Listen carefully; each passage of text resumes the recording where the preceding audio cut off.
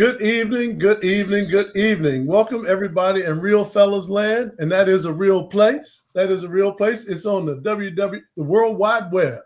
Welcome to another evening of Real Fellas Talk Sports. I have the best sports minds in the DMV, and we're going to chop it up. We got a whole lot to talk about. We got a few sidebar issues, but we're going to get to March Madness, both the men's and the women's. We're going to talk about a little NBA. We got a lot of stuff going on. Hello, Patrick. Hey, Patrick. Hey, Patrick. All right. So listen, let me introduce my fellas first. We have the voice of reason. There's only one voice of reason, and that's Mr. Larry Ables. Larry, how you doing this evening? I'm good, Greg. How about yourself? It's a pleasure to be with you again, my dear brother. And next, my favorite Fox alumni, the former anchor that everybody loved here in the DMV, David Burnett. David, how you doing tonight? I'm doing great. Thanks for the intro. Appreciate it. Not in DC anymore, but I'm here in the sports capital. Well, you're here in spirit, my brother. And it is the capital. It is I've relented. I have given up the ghost. That is the sports capital of the world, no doubt. Next, we have my dear friend, still on injured reserves, but he's looking better every day.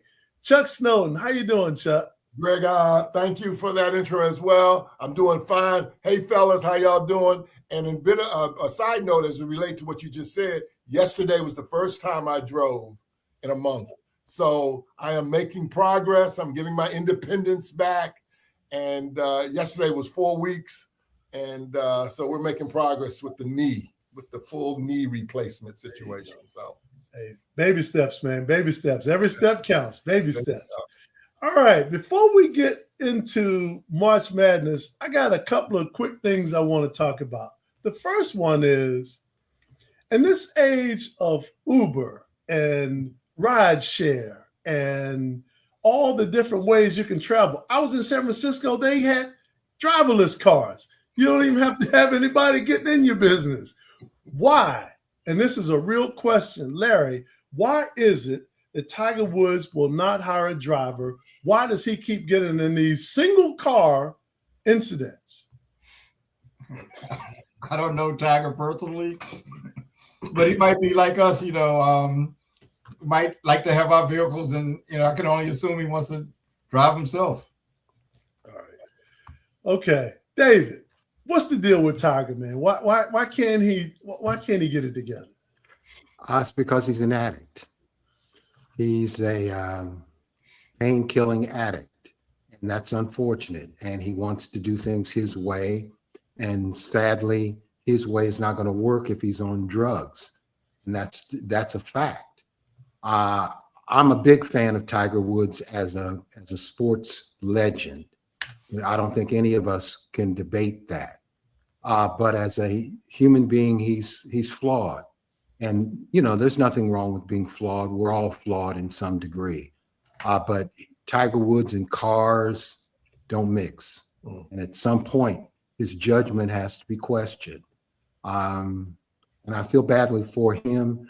I feel badly for his family. Well said, David. Well said. Chuck, what are your thoughts on Tiger Woods and his repeated single car? I mean, he's not just crashing; he's turning them over. I mean, he's really putting himself at risk. What are your thoughts on that? So I'm like David. I thought David was what he said was exactly right on point. I am. He's one of the greatest sports guys in my lifetime I've ever seen. The things he would do on a golf course, and I was riveted. I couldn't wait to Sunday when he put his red on and did his thing. At one point, he owned all of the major trophies. They called, I love Tiger. But as David mentioned, he's still human, right? And so he's still flawed.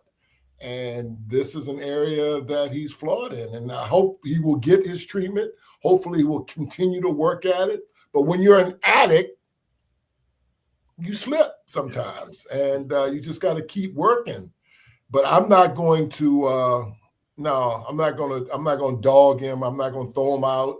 I'm not going to turn on him. I'm really going to pray for him and hope things work itself out. Well, You know, as you Greg, can- we don't really know though. The first time it had nothing to do with being under the influence. It was his wife chasing him with the golf club or something like that, right? true. The True. second time he said he fell asleep behind the wheel, which could happen to anybody. This time seems a little different. So maybe just incredibly unlucky. Right. Well, That could be it, so too. as you can see by the pictures behind me, I am a ride or die Tiger Woods fan, and I'm not going to turn my back on him now because I mean I love what he did for golf. I loved how he carried it, and his skills are unbelievable. I got to watch him live a couple of times, and if anybody who has, you don't even have to be a golfer, but just even understand golf and watch him play, it was something out of a Disney movie. It was, the things he did were really unreal. Now, here's one thing I will say. The second time that he had this accident, it was early morning. He was on the way to the golf course. Mhm. And again, he's Easy. traveling at these incredibly high rates of speed, so much so that that car went airborne the last accident that he had. This one, when I saw the road that he had the accident on where he was passing the truck, it looked like one of the DC streets that we grew up on. It was a little narrow street. And I'm thinking, you know, this looks like judgment impairment. I think Patrick might have hit the nail on the head. This may be something pill related where you lose, you know, your judgment and things kind of go out of whack. I'm not a physician. I'm not a therapist. I'm not any of that.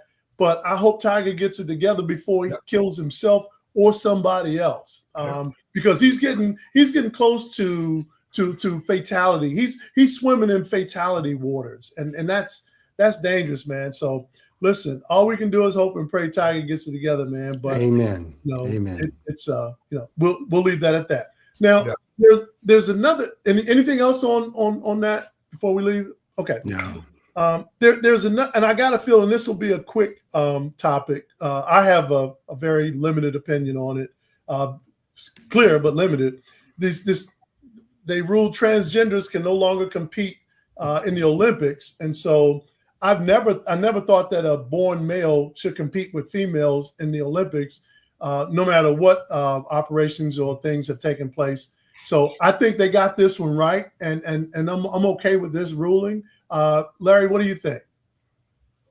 I wasn't aware that they were competing anyway. You know, I've noticed it's been times when they've tested actual females for having too many hormones or whatever. But I don't know what problem this is solving. Yeah. Do you guys know of any?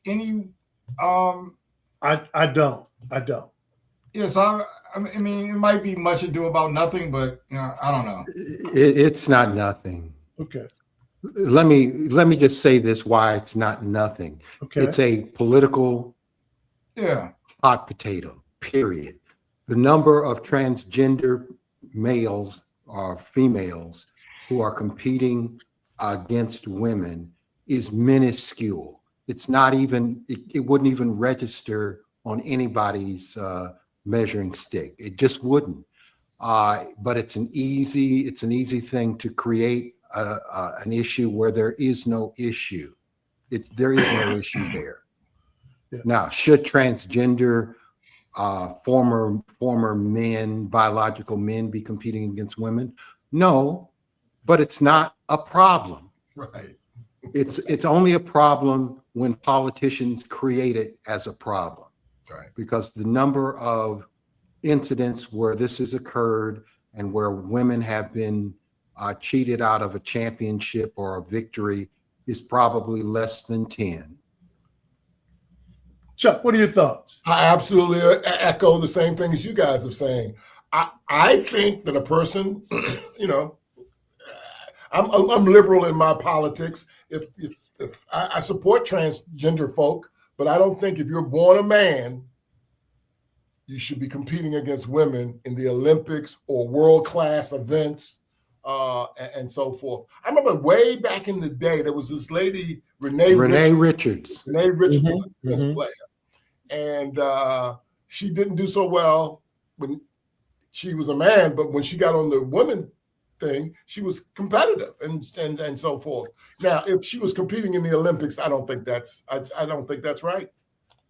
Yeah. But I do think it's much to do about, as you mentioned, Yeah. as Jay-Z used to own like 1% of the Nets, but he used to walk around like he owned all of the Nets. And I think this is one of those kinds of situations. That's so true, Chuck. You would have thought he was a majority owner. I mean, the managing owner. He really did strut around there. And it was Jay-Z, so we let him do that. Yeah. All right, let's get to March Madness. What a weekend of basketball. Some incredible games, some incredible play. Cinderella, the glass slipper, was shattered, broken, swept up, and thrown out. There are no more Cinderellas. Some good games, but no more Cinderellas. Larry, which game was the biggest shocker for you as you watched the March Madness in the men's? Oh, wow. For the whole tournament? Just for this past weekend. Okay. Different story. Yeah, Duke yeah. losing. Duke losing. I was surprised. I thought they pretty much had their game won. All they had to do was hold the ball. Didn't even have to. I think they had 10 seconds left in the game. They could have taken a violation. And they were up by 19 earlier in the game. Oh, yeah, that too. Yeah. Yeah, David, biggest shocker for you? Obviously, Duke and UConn. Caden Boozer lost his composure. He didn't understand what was going on, and he threw a bad pass. Duke shouldn't have lost that game, but they did. There's a lot of Duke haters. I'm one of them. So I'm not sad that Duke is not in it. Chuck, what was your who's your biggest shocker? My biggest shocker was Iowa knocking off Florida, right? Yeah. I thought Florida was, I thought they were going to be in the final game against Arizona.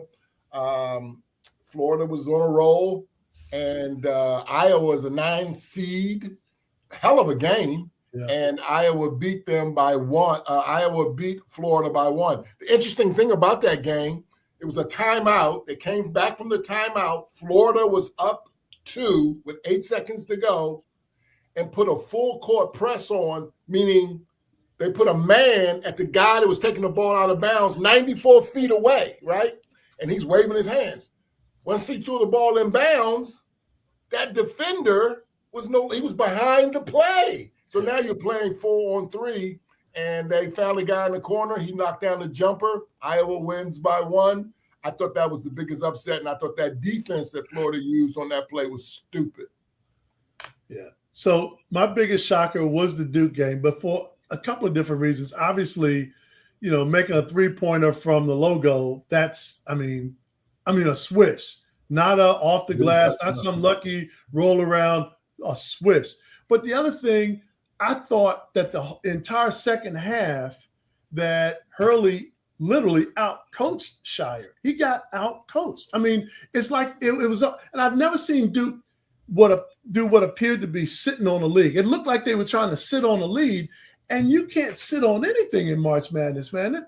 These 18-year-olds are their energy is they're high octane, man, and if there's anything in them that can produce a win, it's coming out because they're leaving it all on the floor. And so I thought that was I thought that was crazy.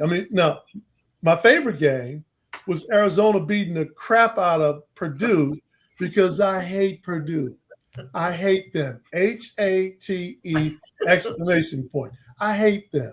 Now, why, Greg? Why don't you like Purdue? Because I think, first of all, Kaufman-Renn is dirty. I think he's a dirty player. I think they play a physical game, but they do some dirty little tricks too. Now, what I will say is Braden Smith is I probably underestimated his talent.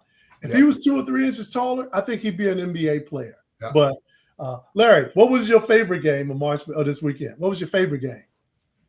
It's probably the same game. Duke in Connecticut, UConn. Actually, we played them before. St. John's the day before. St. John's and Duke. Yeah, that was a good game too. Both games were good. Yeah. Favorite game, David? Same game. Duke, UConn. Yeah. It's a lot of a lot of dynamics in that game.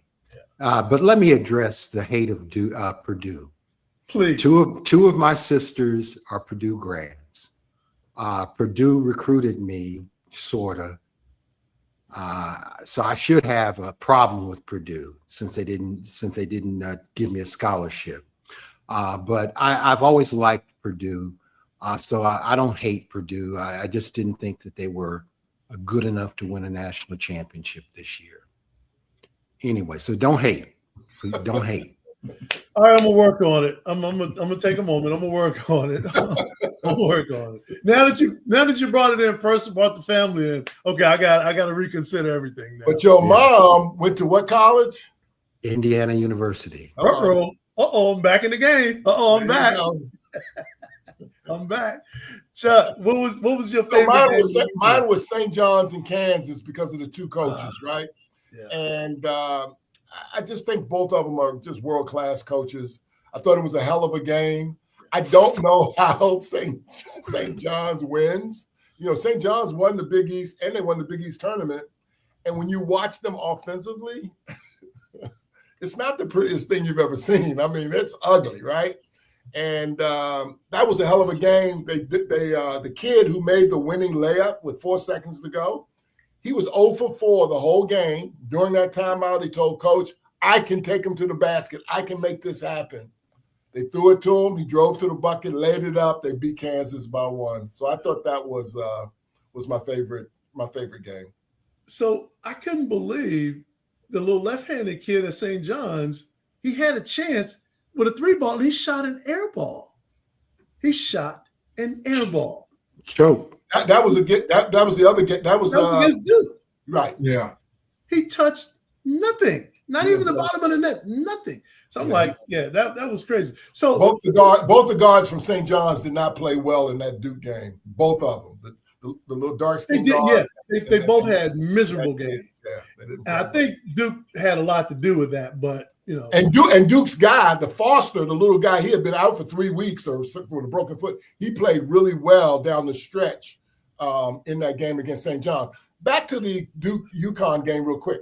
Part of the problem with Duke is they have all these great freshmen, right? Yeah. And if you're a freshman in high stakes basketball at that point, unlike Braden Smith, who's a 4-year senior, you make mistakes, man. Yeah. That's why they're freshmen, right? And so I think that his brother made a mistake. Cameron, he lost the ball driving one time. UConn stole it, got a layup, cut it to 4. And so there were mistakes down the stretch by freshmen.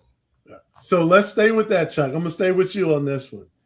Cameron Boozer, will he stay at Duke? Will he forfeit the rest of his college years and enter the draft?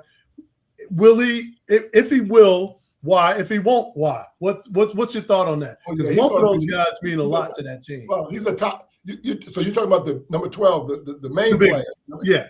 He will go pro. He's a lottery pick. He's a top 3-4 draft pick. He's gone. Will his brother stay at Duke? Well, his brother's not going to go pro. But will his brother stay at Duke? I mean, I would say so. I would say he would stay another year. I mean, I don't know.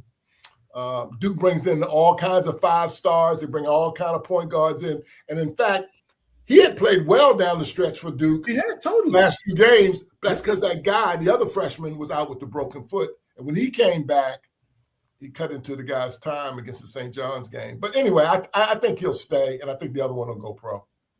Dude, David, what do you think? You think the Cameron brothers stay at Duke? Caden Boozer he'll have a better professional career, even though he's the shorter one. He'll have a better professional career. It's kind of like Mike Conley and Greg Oden. Mike Conley is still playing at 19 years in the league. Yeah. But Cam Boozer is going to be National Player of the Year.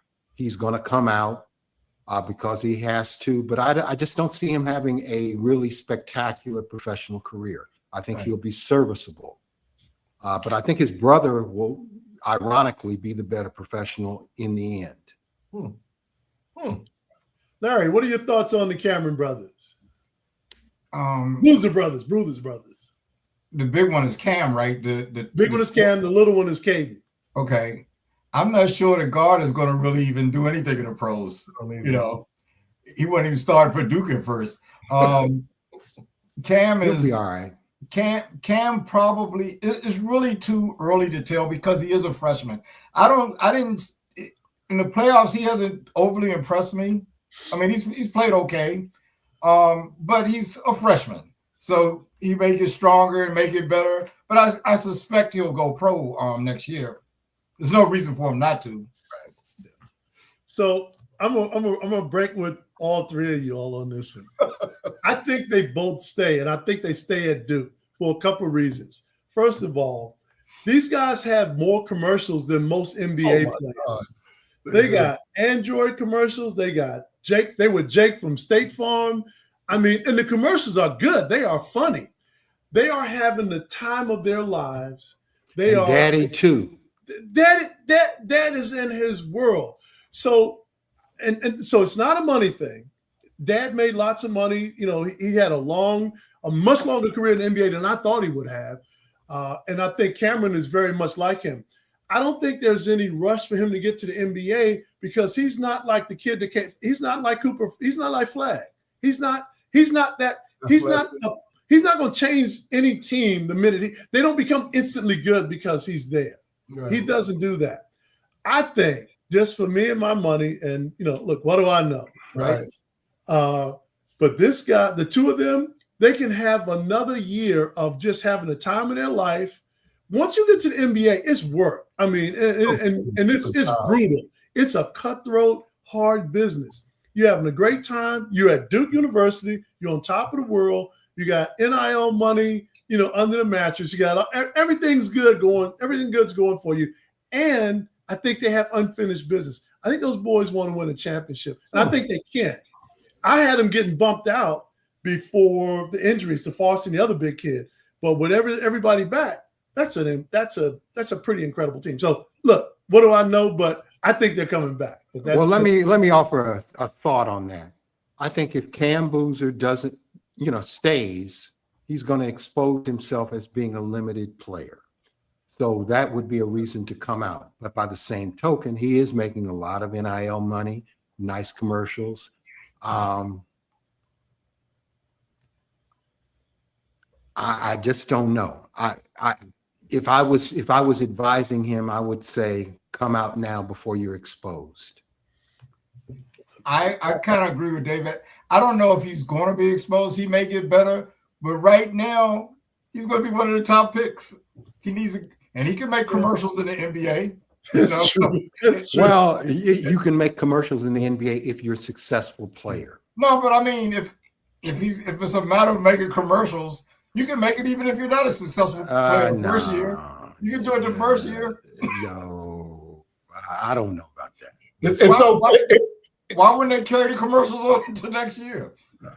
It's so fun. It's so funny at the end of that play, when his brother made the pass and so forth. That one of the commercials, one of the jokes that were going around was, "No, you called Dad. No, you called Dad.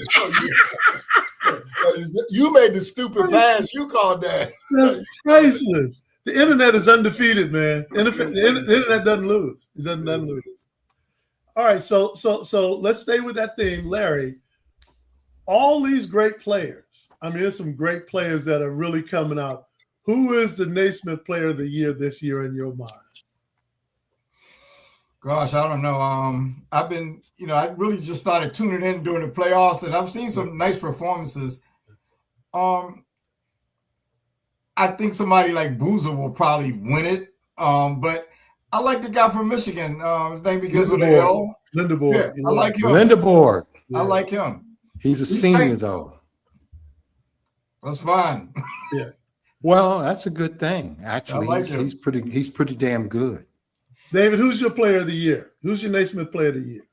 It's going to be Cameron Boozer, but the best player, I agree with Larry, Yaxel Lindeborg. Mm-hmm. If the Pacers pick him, they got a player. Because he's everything Cam Boozer is not. He's big, he's bouncy, and he can shoot. Yeah, and he has incredible feet. He has incredible feet. He's strong. he's going to have a nice NBA career. I agree. David, Chuck, who's your Naismith Player of the Year? Well, I think Boozer is the Naismith Player of the Year, period. He had a great career. I mean, a great season, great year, great record. He can bully guys in college at his size, and he did. And he made all the plays. I think it's going to be him. But, and I like the kid from Michigan that you guys mentioned, 6'8", 240. Mm-hmm. But the fact that I didn't realize he's a senior, meaning, look, why didn't he go earlier? I never heard of the kid until just recently. Because he wasn't developed. Yeah, Right. He's had a lot of problems. a lot, and he's not shy to talk about him either. Yeah. You mean off the court problems? Yes. Oh, I didn't know that. His mother pretty much got him straight. Okay. Yeah. Well, I think it's comparable to me. He reminds me a little bit of Apollo, the guy from Orlando that went to Duke, Paulo Right. Ventura. He kind of reminds me of that player. I think the guy who's going to be the best pro, though, is the guy from BYU, AJ DeBonsa. I think he's going to be the best pro. He's 6'9", can shoot from the outside, can handle the ball, tough, and so forth. And again, my favorite player, although I don't know how 6'2" is going to translate into the pros, was Darius Acuff from Arkansas. He don't play too much defense, but boy, that little fella can score. And he plays a really good job at the point. So it's going to be interesting. There's a lot of kids. I think the top 6 or 7 kids coming out are going to be in the top 6 or 7 draft picks. So I do think Cameron Boozer will be the Player of the Year because he's done it all year and he's led Duke through a really tough schedule. A really competitive schedule, and he's been bullying people all year. And he actually did well even when his key players, some of his key teammates went down. He kept it going. But I will tell you, I think Lindeborg, I agree with you guys, Lindeborg and Darius Acuff Jr., you'll see them playing in the NBA. Those guys they have NBA style of play right now. And it's not that Acuff isn't capable of playing defense. I think that Calipari doesn't care if you don't play defense. I think he doesn't care. He doesn't care. Right. Duke lost 3 games this year by a total of 5 points. Yeah, I mean that's some you can't we can't let March Madness make us forget about that. I mean they've been grinding all year, man. They've been doing it all year. I don't know who they will have next season, but they're going to have somebody next season that we haven't heard of. That's going to be a superstar. There's a lot of money going into Duke. Played in that McDonald game yesterday. Hey, David, the kid that hit the shot was the kid I told you a week ago or 2 weeks ago that's from Indianapolis. He's from Greenfield, which is like Reston. Right. Reston to downtown D.C. Indianapolis, yeah. I mean, it was just nothing but net, man. I mean, it was nothing but net. He was Mr. Basketball. Yeah, nothing but net, man. All right, so another player for Duke. He's a guard, kind of slim guy. With the braids, yes, braids. Yeah, I thought he was fantastic. Yeah. He came through it. Yeah, he came through it sometimes when they really needed a basket. Yes. He came through. Yeah. I can't remember that kid's name, but I can't either. He's something special. Yeah, he's something special. Maybe Isaiah Evans, maybe I'm not sure. That sounds I think that is. I think he had that a is. block too. He had a big block on one of the UConn players late in the game as well. I mean, UConn's got. I mean, Duke's got 5. All those guys are 5-star. Like they don't have Rudy Poops. Everybody's a top recruit, right? Yeah. Yep. So, Larry, who do you think's done the best coaching job in March Madness men's so far? I'm gonna go with Hurley. David. Dusty May. They won every game by scoring 90 points. All right, Chuck. Dusty May. And those are good choices, both of those. But you know who I think has done a good job, the best job? Ben McCallum. And let me tell you who Ben McCallum is. He coached Iowa this year. This was his first year at Iowa. Iowa they were trash. And he has a great story, Chuck. Where did he come from? He came from a small school. He's like Signelli. He's got a great story. He's been to these 4 places, and they were like, Division III or Division IV, whatever. And Right. everywhere he's gone, he's won.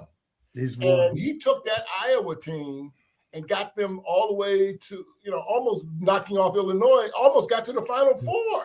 Are you kidding me? Yeah. And so I think Ben McCallum at Iowa, in my opinion, has been I've been impressed with his coaching.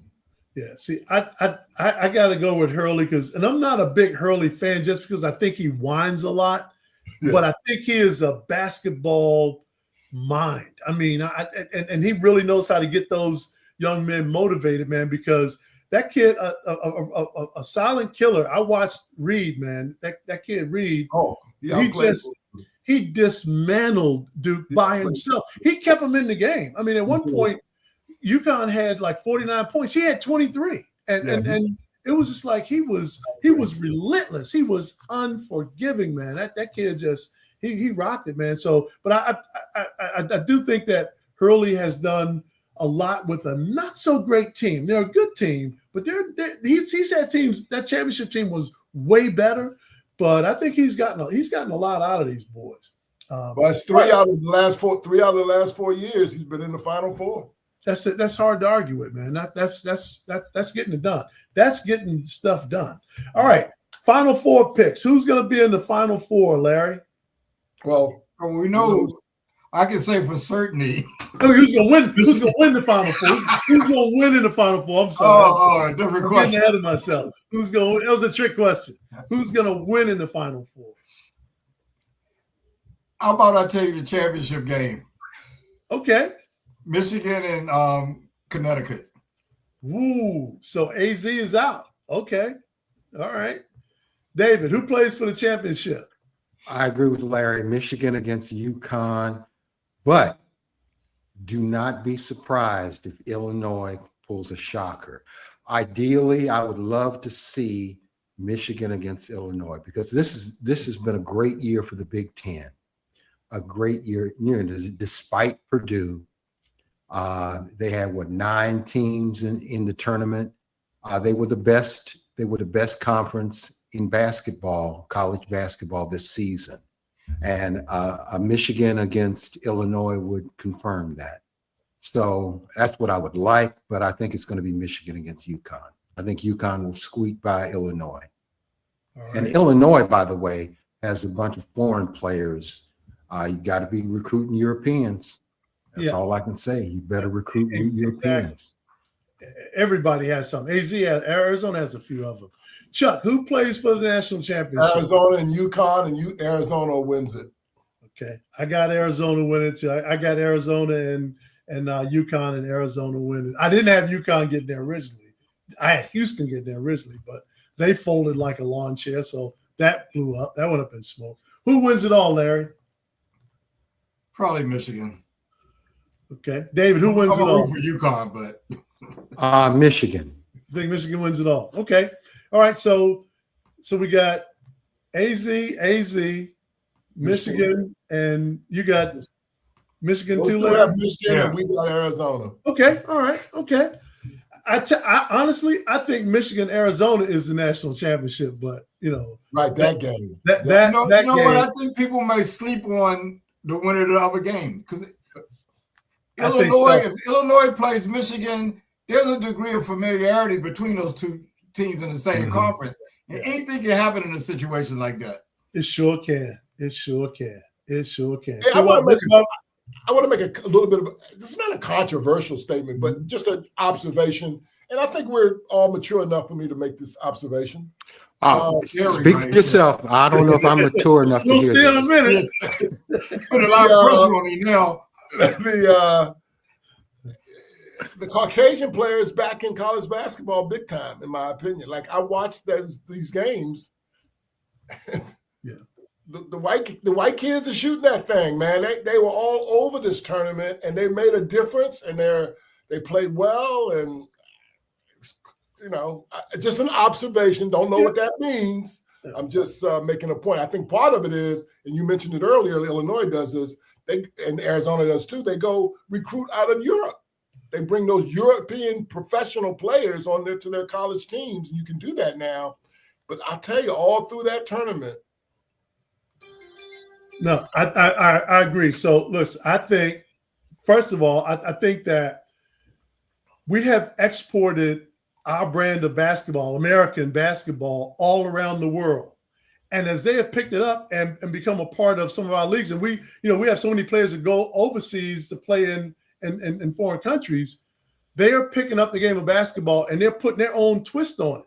I mean, look at Wembanyama is a perfect example of if he just played in France and with only Frenchmen, he would not be playing like that. I mean, he's got the NBA, but he's got that 7 foot bringing the ball up court and shooting 3-pointers. That used to be a sin for a man over 6'8" to shoot outside shot. Now, Greg, where did he play if he wasn't playing in France? but I'm saying we exported that basketball over there. So he played with so many Americans that I think he got just enough American basketball to mix in with. Now, here's the other thing. These countries, when they come from these Eastern Bloc nations, those guys are tough. They're not, they ain't soft, man. Those are gangsters, man. They come from places where wars are going on, and so they know how to fight. So it's a different world. I think it's a matter of once you increase the pool of candidates, you'll get more people. And Americans have this thing in their mind that we're the greatest. For so long, we wouldn't even play pros in the Olympics until they started getting their butts beat. True. But I think, you open it up, it's people of all persuasions from foreign countries now that are dominating in the NBA. Well, part of the reason that basketball has become so universal is because the game is being seen by everybody. For instance, the Philippines, I mentioned that the other day, a couple of shows ago. The Philippines is basketball crazy. Millions of people are watching and playing basketball. France. I mean, it's not an accident there are two 7-footers who are dominating in the NBA from France. It's not an accident. So they're watching American basketball. They're playing the game the way we play it, and they're learning some things. And they come from some tough backgrounds in a lot of cases. Yes. Yeah, and they turn professional. They turn professional at 14, 15. They don't even go to college unless we go recruit them. They don't even go to college. They get right into the mix. So, yeah. But again, I think we've exported our brand of basketball and they've put their own twist on it. And it's, all of a sudden they're playing this blended game that's unique even to, but think about it. Kobe's father played overseas. All these guys that played overseas, we know all of us know somebody that there was a basketball player that played overseas. So I think it's a blend. Larry, what I was gonna say, I think that's an American point of view. All right. And we have this thing that we're the best at everything. I think it's just a matter of the sport is popular. Just like soccer is popular, except for here. If you go to over in Europe, all of the best soccer players from South America, everywhere will be there. Basketball is kind of that was their sport, though, Larry. It's their game. Their sport. It was a whole world sport, and now basketball is number 2. No, it wasn't American sport. We didn't play soccer. We played basketball. It's the whole world except for the United States. Right. That's right. Okay, basketball is number 2 to that sport. It's played all over the world now. It's all over the world. And if you open it up to enough people and be willing to go over there and look for players, you'll find them. And it's not just Europe, Africa, Oh, South everywhere. America, China has everywhere. over there. Yes, That's indeed. what that 92 dream. That's what that 92 dream team did in Barcelona. That's when this all started, in my opinion. We were so dominant at that point, and then all these other places started to really get more. But it also coincided with the internet too. Yeah. That's what I internet- think. the internet- I think once people started seeing that, The internet happened cable in TV 1992, 93. So you know, so the net moral of this story, and you guys have nailed it. But here's the net moral of this story: the AAU season is getting ready to start in basketball for these high school kids, right? And you go to one of these AAU tournaments, every mama and every daddy think that their son, right, is going pro. Yeah. When in fact, they better be improving their reading and writing, and because it's so competitive now, it's not always going to be the case. It's just not. You don't have to be smart Think of anymore, the though. last American-born player that's won the MVP in the NBA. It's been years. Damn, you got a good point. And Now that you mentioned it, every that's a- parent think they Oh, it was James Harden about 7 years ago or something like that. Yep. So, and as we're having this conversation, I'm also thinking about the World Baseball, that whole, listen, we've never, baseball read is America's pastime. That's America's pastime, but not in Central America, not or in Japan. Not in Japan. I'm telling you. So it's something to really, hey, Kung Fu. Hey, what's up, Kung Fu? It's something to really think about, but it's a interesting conversation to talk about how basketball has been all around the world and has been transformed, and now it's come back to us. And in some cases, we don't even recognize the game that they're playing. But there's a European, African, or player from every nation on some team. You can't have a good college team or a good NBA team without somebody from another nation on there. In the Olympics, the 2024 Olympics, we won the gold medal by 2 points or 3 points. That's it. We won it by 2 points, and we said our best. Yeah. But who's the best offensive player in basketball in the world right now? Luka Doncic. It's got to be Luka. It's got to be Luka. Luka. Yeah, it's got to be Luka. So, hey, that was interesting. All right, anything else on March Madness for the men? Because we're gonna jump to the women real quick. All right, so the game I watched that just set it off for me was Notre Dame and UConn, and I will tell you, I am a huge Coach Ivy fan. I think she is a fantastic coach. But that young lady she has, Hannah Hidalgo, is the real deal. But UConn was just too. They came in. They just came in waves. Gino is. He's controversial sometimes, but man, that dude is brilliant. What he's done is it's unbelievable. So, Larry, the women's tournament. What game did you enjoy watching the most? I haven't really seen much of it. I've seen Connecticut play, and they look great. And I did watch South Carolina the other day, so I'm looking forward to that showdown between the two of them. But based on what I've seen, it looks like Connecticut's going to win that game. Yeah. So, David, I was talking to my son, and he said, "Dad, don't say that on the show," but in true fatherly fashion, I gotta say it. He said, it's hard to watch them, Dad, because it's always a blowout until you get to the Final Four. Everybody gets beat by 30 points. One game, it was like a 40-point deficit. UCLA, and I couldn't watch it. I'm like, you know what? I can't watch a 40-point spread. So, David, is there something to that? And what was your favorite game? I didn't watch any of it. I saw the highlight. I like South Carolina, but they're going to get their ass kicked by UConn. They got a butt whipping earlier in the season by UConn, and I as much as I like Dawn Staley, who I think is the second best women's basketball coach, they don't stand a chance against UConn. They're going to get blown out by about 20 points. UCLA is going to beat Texas. And UConn is going to destroy UCLA. All right. Chuck. So I've been waiting this whole tournament for the game that David just mentioned. The UCLA-UConn game, I think it's going to be a better game than people think.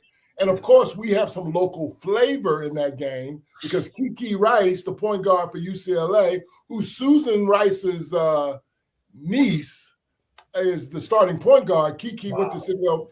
You got to tell our audience who Susan Rice is now. Susan Rice used to be the she's ambassador. She's ambassador. Our audience should know that. Yeah. She was the ambassador of the United States. I think that was in the Clinton administration. Barack Obama. She was in the Obama. Yeah. Right. Susan Rice. Anyway, Kiki is the point guard. Betts, the center. She's tough for UCLA. And then AZ Fudd is also from Washington, D.C., St. John's High School.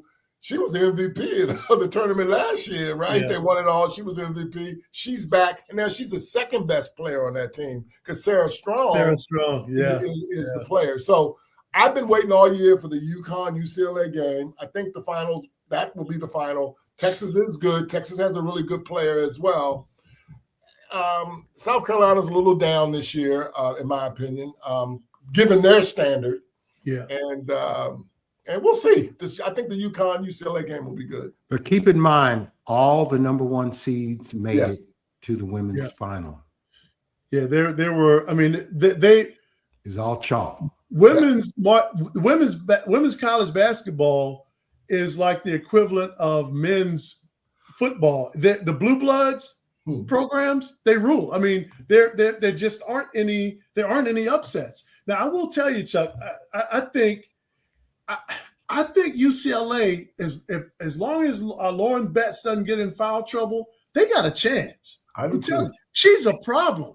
I mean, a 6'7" woman in that middle, she's a problem. And the only thing that's going to save that's going to make it a easy game for UConn is if they get her in early foul trouble. That's the only way.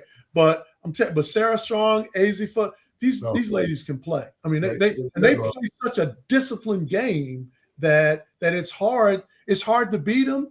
But I'm telling you, a 6'7" center, has got a chance. They said Gino, I think this is his 24th. Think about what I just said. His 24th Final Four. And I think this is like his 12th undefeated team or something crazy like that. 12 national championships. It's just crazy. I mean, it's just unbelievable. So that tops the Wizard of Westwood. I mean, what else can you say? That's insane. So I'll stay with you, Chuck. Who's the top women's player in college basketball? Who's your top player? I think it's Sarah. I think it's Sarah Strong. Yeah, I think it's Sarah Strong. David, top player in women's college basketball. I don't know. The Fudd girl from DC. Yeah, the Fudd girl. Nice. And she's a looker. I hate to say that, but she's a looker too. She's a very attractive young lady. Be kind. Watch out now. I'll go with y'all. The center for UCLA. Lauren Betts. Yeah, she's. I'm telling you, I think she's going to give UConn a run for their money. Texas has a kid. Texas has a girl named Matt. I think her name is Madison. She's tough as hell too. Yeah. And Vanderbilt had a girl, a guard that she might have led the country in scoring. But yeah. So, all right. Any more on women's college basketball? Nah. All right. Let's switch real quick to the NBA. A couple of quick questions. Is it my imagination or is Wemby an alien? I mean, I've watched this young man the last couple of nights, and I've seen things I've never seen in basketball. And he's doing it against really good people. He ain't doing it against the Washington Generals. He's doing it against some really good teams. Larry, just give me your idea on Wemby. He's playing out of his mind, but the Thunder still got a 2.5 game lead. What happens in the West?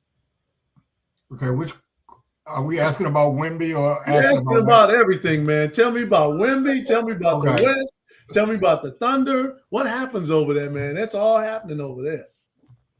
Well, I mean, Wemby is definitely impacting the game. He's my MVP right now. Well, today it could change tomorrow. Yeah. And it's about 5 guys that I think could win the MVP, and I wouldn't have an argument with. I'll say Wemby, SGA, Luka, an American guy that plays for Boston, Brown. It's a bunch of guys that are having great years. I'm really anxious. I'm ready for the playoffs to start. During the regular season, San Antonio seems to match up very well against Oklahoma City, but I won't say that they're done yet. Chuck's favorite team. I think they might be dangerous to play. If one of those teams has to face them, any team has to face them. I don't expect them to get out of the West, but I think they might knock somebody out of there. They could be surprised. Yeah, I think the West is kind of wide open. Yeah, and haven't totally given up on Denver either. All right, David, what are your thoughts on Wemby and what's happening in the West? Wemby made a great case for himself in very good English. That was really interesting. He's very articulate, very understanding of the English language, and he made a good case for himself to win the MVP. He won't win it, though, not this year, because of the way voting is going to happen. It's either SGA is probably going to win it, but Jaylen Brown is my pick. I think what he's done for Boston to get them ready and primed and ready for Jason Tatum to come back has been very valuable. So Jaylen Brown is my pick, but he's not going to win. All right. Chuck, how's Wemby? Tell me about Wemby. Is he the MVP? And what's going to happen in the West? For the last 3 weeks, I've really gotten into the NBA. I mean, really, I've watched a lot. Wemby is today, I'm like Larry today, he is my MVP.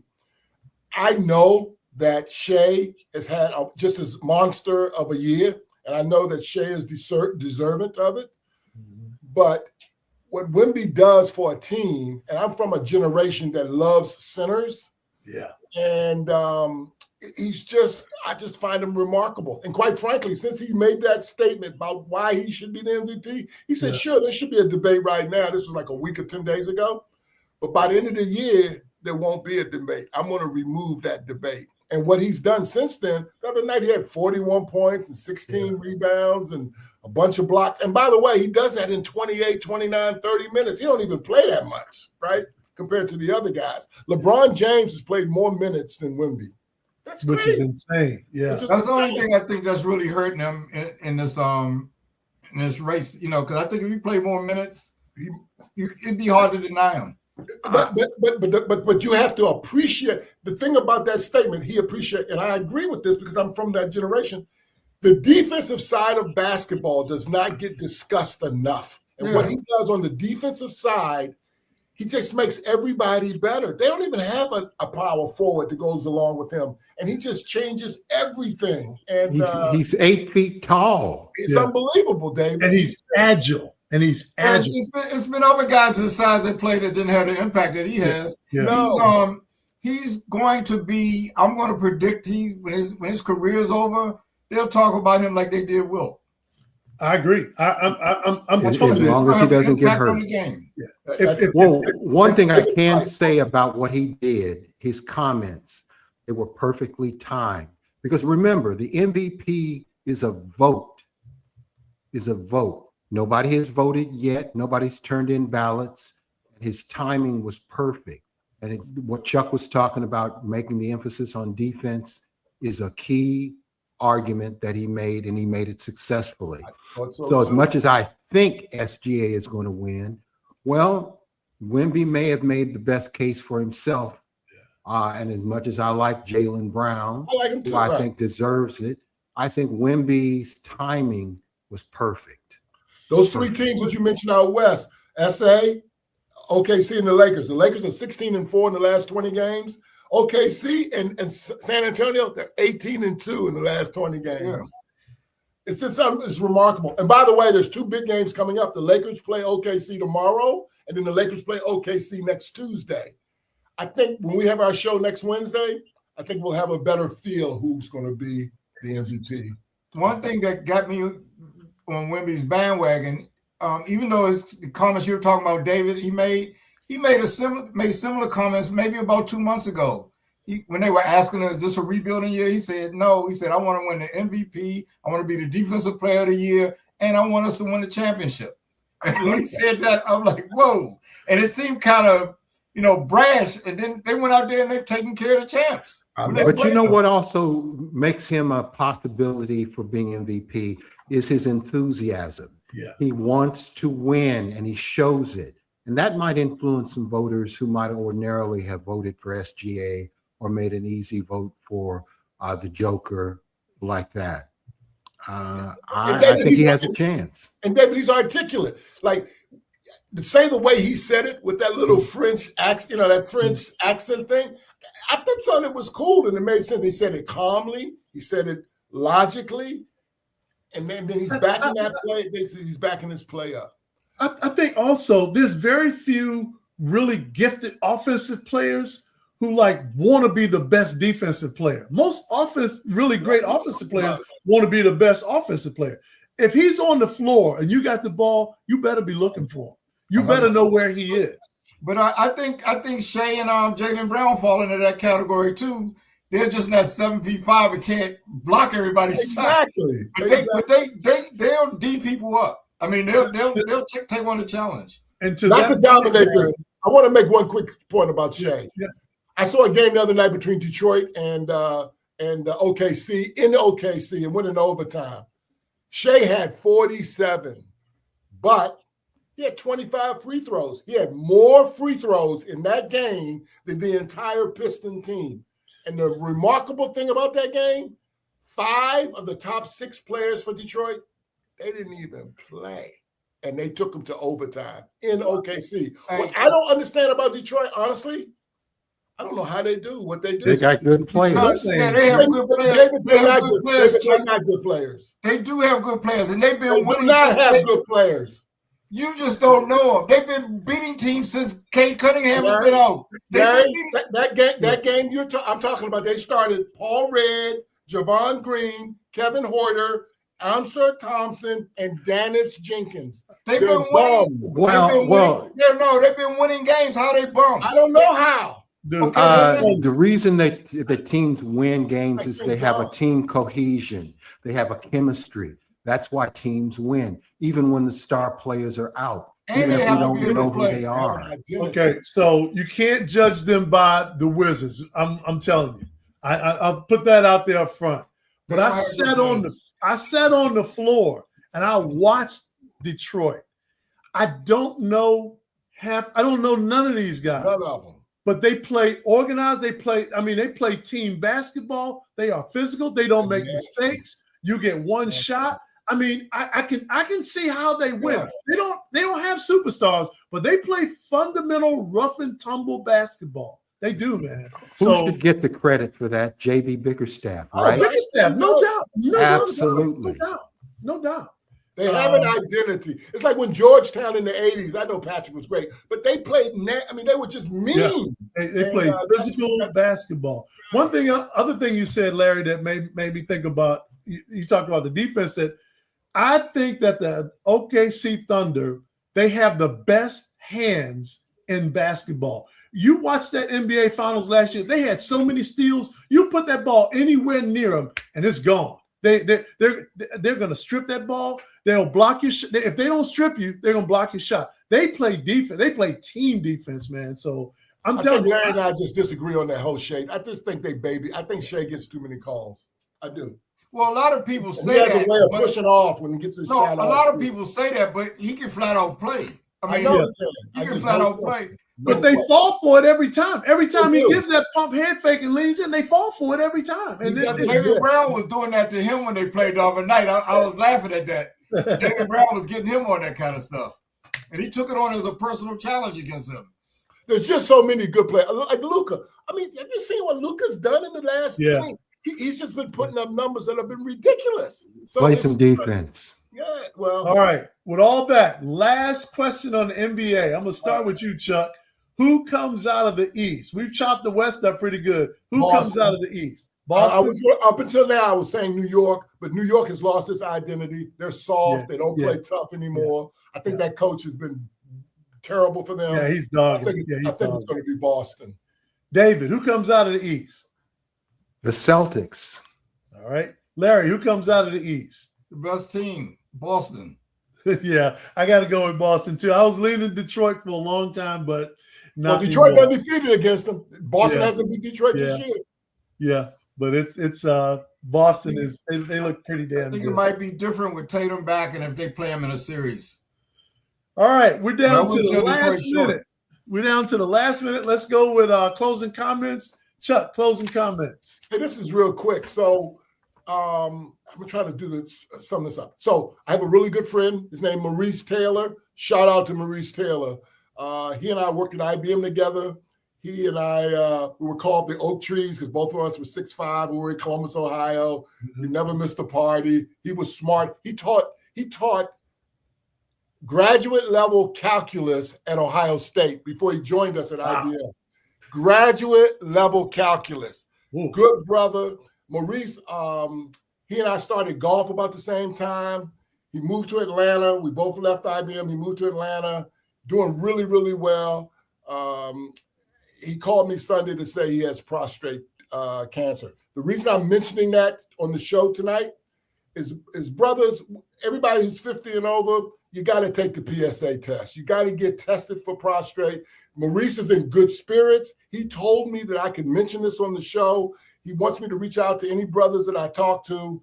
And he's going to take on the battle. He doesn't know if he's going to go through radiation or have the surgery. Radical prostatectomy, But I just wanted to make mention, brothers, let's take that PSA test. So Good Chuck, thing. I will reiterate that. Yeah. I am a 6-year prostate cancer survivor. Early detection is the key. The only way you get early detection is to get your PSA every year. It is the easiest blood test you'll ever take. And I can tell you that early detection, good surveillance changes everything. So God bless you, Maurice. You can reach out to me anytime. I got a lot of experience in that world. David, closing comments. I got a closing comment, and it relates to Tiger Woods. I'm thinking about his son, Charlie Woods, who's getting ready to go to college and become one of the top college golfers. And Tiger's legal problems, his driving under the influence troubles, are going to affect his son. Yes. And I feel badly for his son having to bear the burden of his father. Charlie Woods, as a result, is going to be under a deep microscope. But ironically, if Charlie's career starts off well, maybe it'll help improve his father's image. So hats off to Charlie Woods. I pray for him and what he needs to do to overcome the critics who are going to come after him. And his daughter, David. Good point. And his Exactly. daughter. Yeah. Indeed. Well said. Larry, closing comments. No comments. All right. I'll make mine real quick. This comes from Chuck Snowden. Chuck sent us on a group chat earlier this week the story of the Boozer brothers and how their oldest brother was born with the sickle cell trait. The only way he could be fully cured was for a sibling to have a bone marrow transplant. And their mom said all the other answers weren't good enough. Daddy Boozer, we're having another baby. They had the Boozer twins. They donate the bone marrow and they do a transplant and he's fully cured. And that is just like the most beautiful story I've heard in years, man. And it's just, I'm like, the basketball players are great and Father Boozer, big man, but Mama Boozer, God bless you. You are the one. God bless you. That is so incredible. I'm so glad you sent that story, Chuck. That's all we got time for tonight, ladies and gentlemen. I hope you enjoyed the show as much as I did because I had a real good time. We'll see you next week on Real Fellas Talk Sports.